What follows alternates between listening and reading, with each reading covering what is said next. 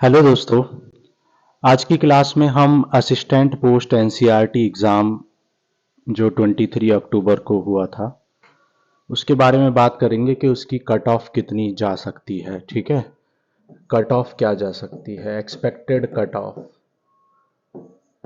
Expected cut off before answer की। ठीक है, आंसर की से पहले हम ये बात कर रहे हैं। आंसर की के बाद हो सकता है कुछ फैक्टर्स चेंज हों, तो उसके बारे में फिर से हम बात करेंगे कि जो कट ऑफ हो सकती है वो क्या हो सकती है। लेकिन अभी हम बात कर रहे हैं आंसर की से पहले क्या पॉसिबिलिटी है, क्योंकि बहुत सारे बच्चे, बहुत सारे स्टूडेंट्स मुझसे पूछ रहे थे कि क्या पॉसिबल कट ऑफ है, और इसके ऊपर वीडियो बनाने के लिए भी कुछ लोगों ने मुझसे कहा था, तो मैंने कहा चलो इसके ऊपर एक वीडियो बनाते हैं। ओके, तो देखो, जो कट ऑफ होती है वो बहुत सारे फैक्टर्स पर डिपेंड करती है, जैसे कि टाइम पर डिपेंड करती है। ठीक है, कितना टाइम था, तो आप जानते हो 2 घंटे 30 मिनट आपको दिए गए थे। ठीक है, 2 घंटे 30 मिनट आपको दिए गए थे एग्ज़ाम को करने के लिए, जो कि क्या थे, सफिशिएंट थे, बहुत ज़्यादा सफिशिएंट थे। तो टाइम का तो कोई इशू नहीं था, आप आराम से 150 क्वेश्चंस को 2.5 घंटे यानी कि 150 मिनट में, यानी हर क्वेश्चन के लिए 1 मिनट आपको मिल रहा था। और उसमें भी जो 75 क्वेश्चन टेक्निकल वाले थे, जीएस वाले थे, वो इतना टाइम लेते भी नहीं है, उसमें 1 मिनट आपको लगता नहीं है। मतलब आपको इंग्लिश, रीजनिंग और मैथ्स, इन सब के लिए और कंप्यूटर के लिए आपको सफिशिएंट टाइम था सोचने के लिए, क्वेश्चन को सॉल्व करने के लिए, क्वेश्चन को वेरीफाई भी आप कर सकते थे। ठीक है, तो टाइम सफिशिएंट था। ठीक है, फर्स्ट फैक्टर। सेकंड फैक्टर क्या है, level of exam. Level of exam, भाई एग्जाम का लेवल क्या था। भाई एग्जाम का लेवल क्या था, आप तो जानते ही हैं कि एग्जाम का लेवल जो था वो इजी टू मॉडरेट था। इजी टू मॉडरेट था। अगर हम दोनों सेक्शंस की बात करें, चाहे हम सेक्शन ए की बात करें या सेक्शन बी की बात करें, क्योंकि सेक्शन ए में जो क्वेश्चन दिए गए थे, रीजनिंग में भी बहुत इजी क्वेश्चन थे, जो सीरीज वाले क्वेश्चन थे अक्सर टाइम कंज्यूमिंग होते हैं, लेकिन ऐसा नहीं था, सीरीज वाले क्वेश्चन भी एक बार में ही, क्योंकि 7 7 7 का डिफरेंस चल रहा था, 14 7 14 28 का तो आइडेंटिफाई बहुत इजीली हो रही थी सीरीज भी। तो टाइम कंज्यूमिंग तो बिल्कुल पेपर था नहीं, और अगर टाइम कंज्यूमिंग होता भी तो टाइम भी सफिशिएंट था, इसलिए वेरीफाई भी आपने क्वेश्चंस को कई कई बार कर लिया होगा। और सेक्शन बी में भी जो क्वेश्चंस पूछे गए थे वो भी बहुत इजी थे, इजी टू मॉडरेट मैं उनको कहूँगा, क्योंकि कम से कम 25 क्वेश्चंस तो ऐसे थे कि जो बिल्कुल मतलब स्ट्रेट फॉरवर्ड थे, जो कि लगभग अगर जिसने थोड़ी सी भी प्रिपरेशन की होगी, थोड़ा सा भी पढ़ाई की होगी, 2 घंटे भी पढ़ाई की होगी, तो ऐसे बेसिक क्वेश्चन पूछे गए थे जिनको आप इजीली कर सकते हो। मतलब जैसे कि न्यू पेंशन पॉलिसी कब से एप्लीकेबल है, ठीक है, कितने दिन की मैटरनिटी लीव होती है, कितने दिन की पैटर्न, तो स्ट्रेट फॉरवर्ड क्वेश्चंस थे जिनके आंसर अगर किसी ने 2 घंटे भी पढ़ाई की होगी तो उसने कर दिए होंगे। ठीक है, अगर कोई भी एक एमसीक्यू 50 क्वेश्चन की भी कर ली होगी तो 20 क्वेश्चन तो ऐसे थे कि बहुत आराम से कर लिए होंगे। ठीक है, तो और सेक्शन ए में तो टाइम कंज्यूमिंग भी नहीं था और क्वेश्चन भी ज़्यादा टफ नहीं थे, तो ये भी मैं इजी टू मॉडरेट ही कहूँगा। ठीक है, तो लेवल की बात अगर हमने कर ली, अब हम बात करते हैं वैकेंसीज की।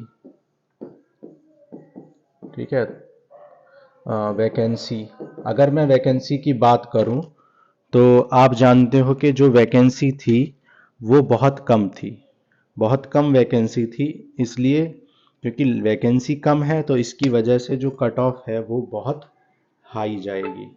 ठीक है, वैकेंसी कम होने की वजह से कट ऑफ हाई जाएगी। अगर हम बात करें असिस्टेंट की, असिस्टेंट पोस्ट की अगर हम बात कर रहे हैं, तो असिस्टेंट पोस्ट के लिए आप जानते हो कि जो टोटल वैकेंसी थी, टोटल वैकेंसी 46 थी, 46 वैकेंसी थी टोटल। ठीक है, तो 46 आपकी वैकेंसी थी। ओके, और जो 46 वैकेंसी थी उसमें अगर मैं जनरल की बात करूं तो टोटल 46 वैकेंसी थी, जिसमें अगर बात करें जनरल की तो जनरल की 18 वैकेंसी थी। ठीक है, ईडब्ल्यूएस की 4 वैकेंसी थी और ओबीसी की 11 यानी 11 वैकेंसी थी, एसटी की 2 वैकेंसी थी और एससी की 5 वैकेंसी थी। तो टोटल अगर वैकेंसी की बात करें तो 46 वैकेंसी आपकी थी। ठीक है, 5 2 7 4 11 22 और 30 40 40 हो गई और कुछ और वैकेंसी भी थी। टोटल जो वैकेंसी थी इसमें जो जनरल की वैकेंसी थी वो 5 और थी। ठीक है, तो इस तरीके से वैकेंसी थी और ओबीसी में 1 वैकेंसी और थी। ठीक है, पोस्ट का डिस्ट्रीब्यूशन था कुछ अलग तरीके से। तो इतनी वैकेंसी थी, टोटल 46 वैकेंसी थी। तो वैकेंसी तो बहुत कम थी और क्योंकि वैकेंसी बहुत कम थी तो कट ऑफ बहुत हाई जाएगी। अगर हम टाइम की बात करें तो सफिशिएंट टाइम था तो कट ऑफ हाई जाएगी। ठीक है, अगर हम बात करें लेवल की तो लेवल एग्ज़ाम का जो था वो इजी टू मॉडरेट था तो इसकी वजह से भी कट ऑफ हाई ही जाएगी। अगर हम बात करें वैकेंसी की तो वेरी लेस वैकेंसी, बहुत कम वैकेंसी थी, इसलिए यहाँ इसकी वजह से भी जो कट ऑफ है वो हाई जाएगी। ठीक है, अब अगर हम अटेम्प्ट्स की बात करें, अगर हम अटेम्प्ट्स की बात करें कि किसने कितने, एक और फैक्टर पर डिपेंड करता है, नंबर ऑफ एप्लीकेशंस पर भी डिपेंड करता है, कितने लोगों ने अप्लाई किया था। ठीक है, तो और कितने लोगों ने एग्ज़ाम दिया था। तो इसका तो डेटा हमें मिल नहीं पाया, तो इसके बारे में तो हम बता नहीं सकते कि कितने लोगों ने अप्लाई किया था या कितने लोगों ने एग्ज़ाम दिया था। ठीक है, फिर भी बहुत ज़्यादा लोगों ने एग्ज़ाम भी नहीं दिया था, लेकिन क्योंकि वैकेंसी बहुत कम थी तो लगभग मुझे लगता है कि इस पोस्ट के लिए लगभग 30,000 लोगों ने एग्ज़ाम दिया था। क्योंकि मैंने भी बहुत सारे ऐसे एग्ज़ाम देखे हैं जिनमें इतनी वैकेंसी होती है तो कम ही लोग अप्लाई करते हैं और एग्ज़ाम देने जाते हैं क्योंकि वैकेंसी कम होती है। तो लगभग 30,000 लोगों ने एग्ज़ाम दिया था। ठीक है, तो अब अगर हम बात करें कि कट ऑफ क्या जाएगी, तो कट ऑफ क्या जाएगी इसके बारे में डिस्कस करने से पहले हमें ये भी डिस्कस करना पड़ेगा कि भाई सेक्शन ए में कितने अटेम्प्ट किए जा सकते थे। ठीक है, तो गुड अटेम्प्ट्स क्या थे। अगर हम गुड अटेम्प्ट्स की बात करें तो गुड अटेम्प्ट्स की बात अगर हम करें तो जो सेक्शन ए था, सेक्शन ए में टोटल 75 क्वेश्चन थे और सब ने 70 टू 75 क्वेश्चंस को अटेम्प्ट कर लिया होगा। ठीक है, 70 टू 75 सब ने कर लिया होगा। ठीक है, जो कुछ क्वेश्चन, एक दो क्वेश्चन नहीं हो पाए होंगे वो जीएस के नहीं हो पाए होंगे या कंप्यूटर के नहीं हो पाए होंगे। तो ऑन एन एवरेज अगर हम बात करें तो एवरेज अगर हम देखें तो एवरेज 72 क्वेश्चन सब ने किए होंगे। ठीक है, 72 क्वेश्चन सब ने किए होंगे। मैं इसको इरेज कर देता हूं यहां पर। तो 72 क्वेश्चंस तो सब ने किए होंगे।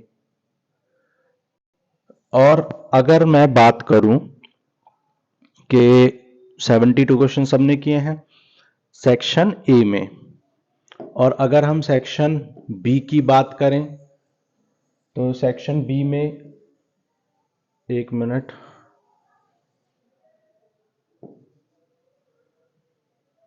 तो अगर मैं सेक्शन बी की बात करूं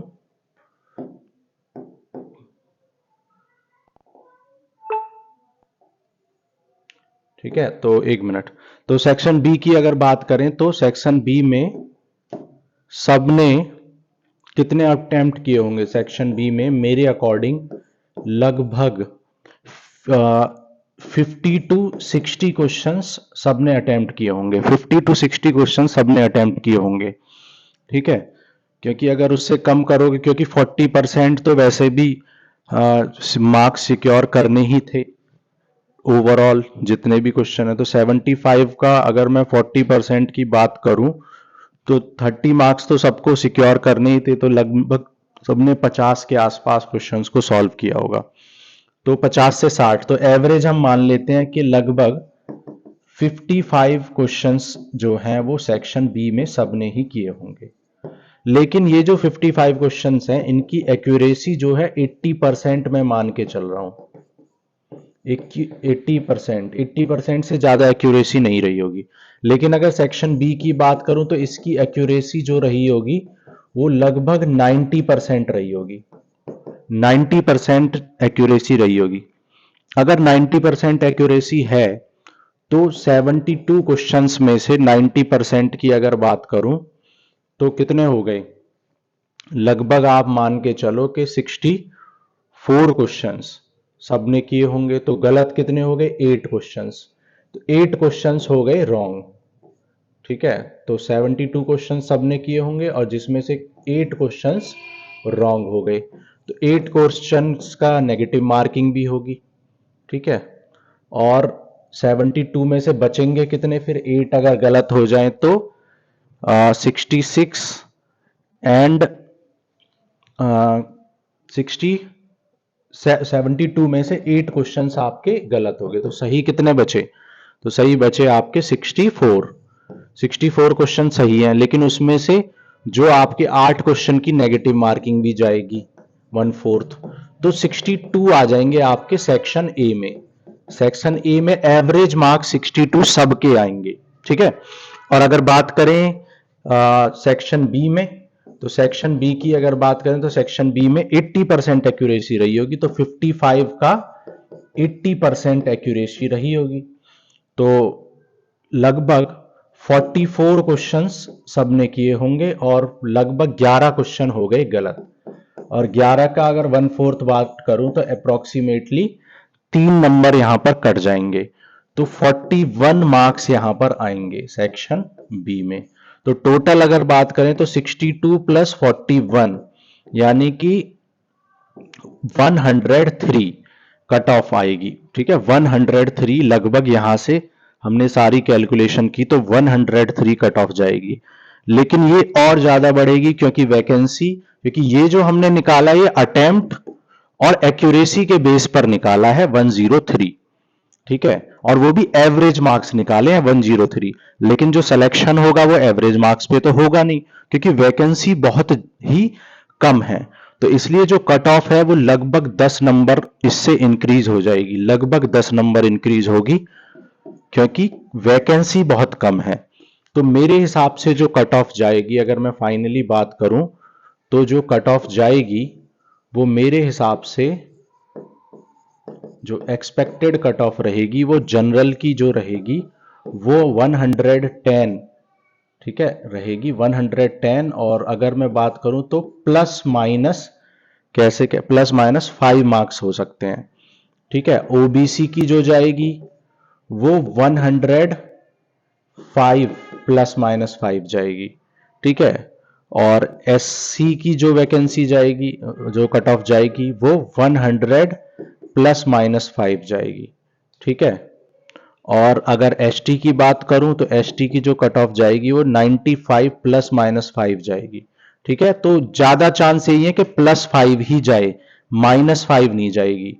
तो मेरे हिसाब से तो जो कट ऑफ जाएगी प्लस 5 ही जानी चाहिए। 115, 110, 105 और 100, ये आपकी कट ऑफ रहेगी रेस्पेक्टिवली जनरल, ओबीसी, एससी और एसटी के लिए। ठीक है, तो आप कमेंट करके बताइए कि क्या कमी रह गई, और जो मैंने एक्सप्लेनेशन दिया उसके हिसाब से आपको क्या लगता है, ये कट ऑफ इतनी ही जानी चाहिए या फिर कम जानी चाहिए, ज्यादा जानी चाहिए? आप कमेंट करके बताइए, और आपके हिसाब से आपके कितने मार्क्स आ रहे हैं और कितनी कट ऑफ जा सकती है ये बताइए। ठीक है, तो थैंक यू, कमेंट करिए, बताइए।